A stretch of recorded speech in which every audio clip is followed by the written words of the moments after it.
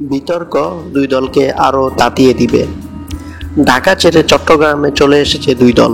মহা গুরুত্বপূর্ণ সিরিজ নির্ধারণী ম্যাচ সামনে, তবুও পিছনে ফেলা যাচ্ছে না দ্বিতীয় ওয়ানডেকে। গত ম্যাচের বিতর্ক ঘুরে ফিরে আসছে বারবার। ইংলিশ অলরাউন্ডার মঈন আলীর ধারণা সেই সবের রেশ থাকবে শেষ ম্যাচেও, জিতবে আরও বেশি, তাতে থাকবে দুই দলই। দ্বিতীয় ওয়ানডেতে মাঠের ক্রিকেটের উত্তাপ স্পর্শ করেছিল দুই দলের ক্রিকেটারদেরও। জস বাটলারের আউটের পর বাংলাদেশের বাদলহারা উদযাপন পছন্দ হয়নি তার। টিভি পর্দায় তাকে দেখা গেছে অসন্তুষ্ট। তার বাক্য বিনিময় হয় বাংলাদেশের কয়েকজন ক্রিকেটারদের সাথে।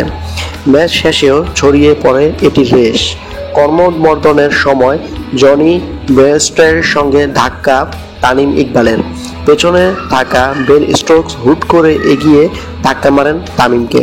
তামিমও এগিয়ে যান। সাকিব এসে শান্ত করার চেষ্টা করেন পরিস্থিতি। পরে ম্যাচ রেফারি জরিমানা করেন মাশরাফি বিন মুর্তজা ও সাব্বির রহমানকে। তিরস্কার করা হয় বাটলারকেও। তৃতীয় ম্যাচের আগের দিন মঙ্গলবারে চট্টগ্রামের সংবাদ সম্মেলনের শুরুতেই উঠে এলো এই প্রসঙ্গ। ইংল্যান্ডের প্রতিনিধি হয়ে আসা মঈন আলী বলেন, তারা এখন মনোযোগ দিতে চান ক্রিকেটে। ওই ম্যাচে ছেলেদের কয়েকজন উত্তেজিত হয়ে পড়েছিল।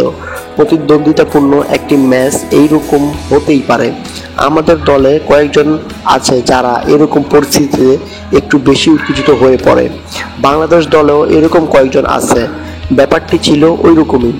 এখন এসব পেছনে পড়ে গেছে, আমরা মনোযোগ দিচ্ছি ক্রিকেটে।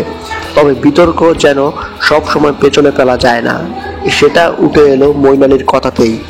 আমার মনে হয় এটি দুই দলকেই আরও তাতিয়ে দিবে। দুই দলই এখন জিততে চাইবে আগের চেয়ে আরও বেশি করে। দেশের মাটিতে টানা 6টি সিরিজ হারেনি। আমরা অবশ্যই হারাতে চাই।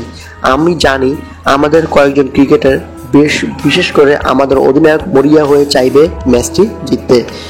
এই ম্যাচের আপডেট নিউজ পেতে অবশ্যই আমাদের চ্যানেলের সাথে থাকবেন। বিটি আপডেট জার্নালিস্ট নিউজ ডেস্ক।